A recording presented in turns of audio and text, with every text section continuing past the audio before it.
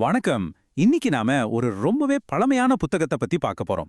ஆனா இது ஏதோ ஒரு ஹிஸ்டரி லெசன் மாதிரி நினைக்காதீங்க. இது காலத்தையே தாண்டி நிக்கிற ஒரு பெரிய மிஷனுக்கான ஒரு ஃபீல்ட் கைட் மாதிரி. உண்மையிலே யோசிச்சு பாருங்க. உங்ககிட்ட இருக்கிறத விட நீங்க மத்தவங்களுக்கு கொடுக்கறதுல தான் பெரிய சக்தி இருக்குன்னா எப்படி இருக்கும்? இந்த கேள்விதான் மத்தேயு 10ஆம் அதிகாரத்தை திறக்கிற சாவி. இங்க ஒரு தலைவர் என்ன பண்றாருன்னா, தனக்கு இருக்கிற அதிகாரத்தையே தன்னோட டீமுக்கு கொடுத்து ஒரு மிகப்பெரிய வேலைக்கு அவங்கள ரெடி பண்றார். சரி வாங்க, இந்த மிஷன் பிளேபுக்ல என்னென்ன இருக்குன்னு ஸ்டெப் பை ஸ்டெப்பா பார்க்கலாம். எந்த ஒரு பெரிய மிஷன் எடுத்தாலும் அதுக்கு ஒரு பிரீஃபிங் இருக்கும் இல்லையா? ஆனா இந்த மிஷன் ஒரு சாதாரண பிரீஃபிங்கோட ஆரம்பிக்கல, நம்பவே முடியாத ஒரு பவர் டிரான்ஸ்ஃபரோட ஆரம்பிக்குது. அது என்னன்னு பார்க்கலாமா? அதாவது இயேசு தன்னோட சக்தியை சும்மா காட்டிட்டு மட்டும் போகல, அதை அப்படியே தன்னோட சீடர்களுக்கு கொடுக்கறார். இதுலேருந்து என்ன தெரியுது? இந்த மிஷன் மனுஷனோட பலத்துல நடக்கல, இது முழுக்க முழுக்க ஒரு தெய்வீக சக்தியால தான் இயங்குதுன்னு ரொம்ப தெளிவா சொல்றார். அப்போ இவ்ளோ பெரிய அதிகாரத்தை வாங்குனது யாரு? வாங்க அந்த டீம் யாருன்னு பாப்போம். இந்த லிஸ்ட பாருங்களேன். மீனவர்கள், வரி வசூல் பண்றவர், ஒரு அரசியல் ஆர்வலர், இப்படி பலதரப்பட்ட ஆட்கள். அதாவது ஒரு பெரிய நோக்கத்துக்காக தேர்ந்தெடுக்கப்பட்ட ரொம்ப சாதாரணமான மனுஷங்க. இதுதான் இந்த டீமோட ஸ்பெஷாலிட்டியே. இதிலிருந்து ஒரு விஷயம் ரொம்ப கிளியரா புரியுது. இந்த மிஷனோட வெற்றி அவங்க யாருங்கிறத பொறுத்து இல்ல, அவங்க யாரோடைய சக்தியை கையில வச்சிருந்தாங்கிறத பொறுத்து தான் இருந்துச்சு. சரி, இப்போ இந்த ஆபரேஷனுக்கான ரூல்ஸ் என்ன? அதாவது என்னெல்லாம் பண்ணணும், என்னெல்லாம் பண்ணக்கூடாதுன்னு பார்க்கலாம். இன்ஸ்ட்ரக்ஷன்ஸ் ரொம்ப சிம்பிள் அண்ட் கிளியர். ரொம்ப தாராள மனசோட சேவை செய்யுங்க. உலகத்துல இருக்கிற பொருள் மேல நம்பிக்கை வைக்காம முழுசா கடவுள் மேல நம்பிக்கை வைங்க. ஆனா இந்த பிளேபுக்ல வரப்போற ஆபத்துகளை பத்தியும் ரொம்ப வெளிப்படையா சொல்லப்பட்டிருக்கு. இது ஒரு சீரியஸான ரிஸ்க் அசஸ்மெண்டோட வருது. எந்த ஒரு வரி, இந்த ஒரு உருவகம் போதும் அந்த டீம் எவ்வளோ பெரிய சவால்களை சந்திக்க போறாங்கன்னு புரிஞ்சுக்கிறதுக்கு. சோ இந்த மிஷன்ல நிராகரிப்பு, கைது, வெறுப்பு இது எல்லாத்தையும் சந்திக்க வேண்டியிருக்கும். அதாவது யாருக்கு உதவி செய்ய போறாங்களோ அவங்க கிட்ட இருந்தே எதிர்ப்பை சந்திக்கிறதுக்கு வாய்ப்பு ரொம்ப அதிகம்னு எச்சரிக்கப்படுறாங்க. ஆனா இந்த எச்சரிக்கைக்கு பின்னாடியே ஒரு பெரிய நம்பிக்கையும் கொடுக்கப்படுது. நீங்க தனியா இருக்க மாட்டீங்க, பரிசுத்த ஆவியானவர் உங்களுக்காக பேசுவாருன்னு. இதுலேருந்து என்ன தெரியுது? உண்மையான நம்பிக்கை சோதிக்கப்படலாம், ஆனா ஒரு நாளும் கைவிடப்படாது. இது எவ்வளோ பெரிய ஆறுதல் இல்லையா? சரி, இவ்ளோ பெரிய மிஷனுக்கு மனசளவுல எப்படி தயாராகிறது? இந்த பிளேபுக் சொல்லுது, முதல்ல ஜெயிக்க வேண்டிய ஒரு உணர்ச்சி இருக்கு, அதுதான் பயம். நம்ம தலையில இருக்கிற ஒவ்வொரு முடியும் கூட எண்ணப்பட்டிருக்குன்னு சொல்லப்படுது. இது ஒரு நம்பர் மட்டும் இல்ல. இது எதை காட்டுதுன்னா, கடவுளுக்கு ஒவ்வொரு தனிப்பட்ட மனுஷன் மேலேயும் எவ்வளோ ஆழமான அக்கறை இருக்குங்கிறத காட்டுது. அதாவது நீங்க முழுசா கவனிக்கப்படுறீங்க, நீங்க ரொம்ப மதிப்பு மிக்கவங்கன்னு சொல்ற ஒரு பவர்ஃபுல்லான ரிமைண்டர் இது.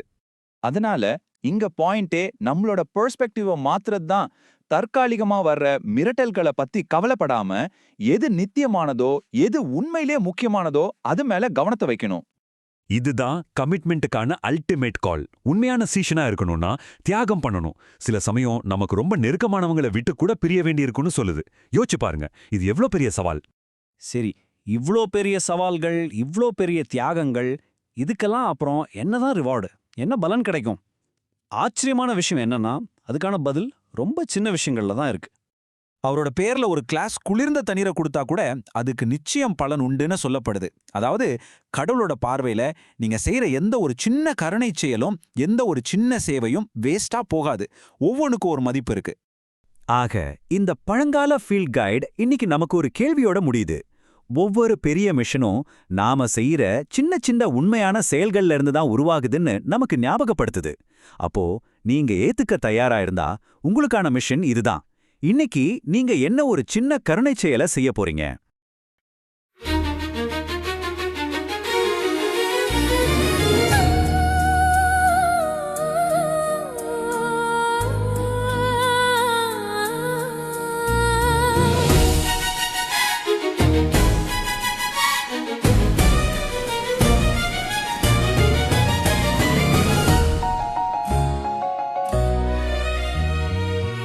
அழைப்பு வந்ததே எழுந்தீரு நண்பா,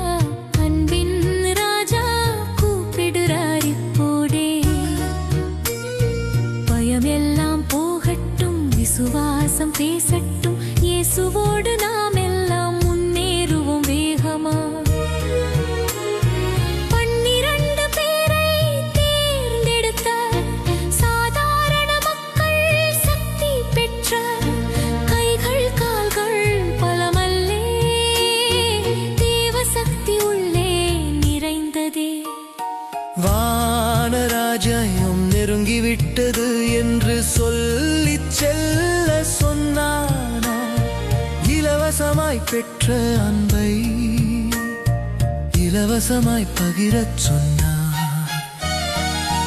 அழைப்பு வந்ததே எழுந்தீரு நண்பா, அன்பின் ராஜா கூப்பிடுறார் இப்போதே.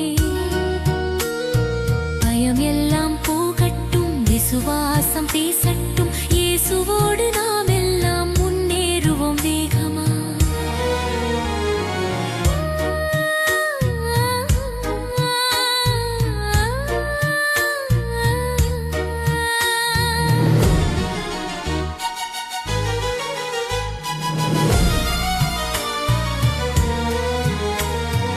ஆடுகளைப் போல அனுப்புகிறேன், ஓநாய்கள் நடுவே சொன்னாரே.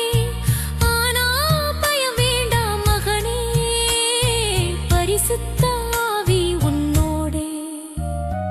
முடிவு வரை நிலைத்திரு, வெற்றி உனக்கே காத்திருக்கு. தலையில் உள்ள முடிகளும் எண்ணப்பட்டு காக்கப்படுது. அழைப்பு வந்ததே எழுந்தீரு நண்பா, அன்பின் ராஜா கூப்பிடுறார் இப்போதே. பயம் எல்லாம் போகட்டும், விசுவாசம் பேசட்டும், இயேசுவோடு நாம் எல்லாம் முன்னேறுவோம் வேகமா.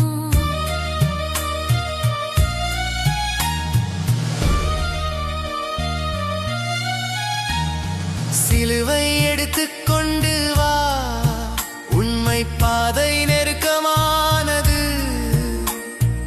ஆனா அதில் இருக்கும் சந்தோஷம் நித்திய வாழ்வு தருவது. சிறிய தண்ணீர் கிண்ணம் கூட அவரின் நாமத்தில் கொடுத்தால், சிறிய செயலும் பெரிய பலன் பரலோகத்தில் நிச்சயம். தைரியம், விசுவாசம், நம்முள் ஜெயம் ஜெயம். அன்பே ஆயுதம், இயேசு நம்மோடு, பயமில்லை நீ. லென்னாள் 10 தீப்பொறி போல நம்பிக்கை எரட்டுட்டும் உள்ளம் முழுதும். அழைப்பு வந்ததே ஓடிடாதே, அவரோடு நடத்துதே, வெற்றி உன்னதே.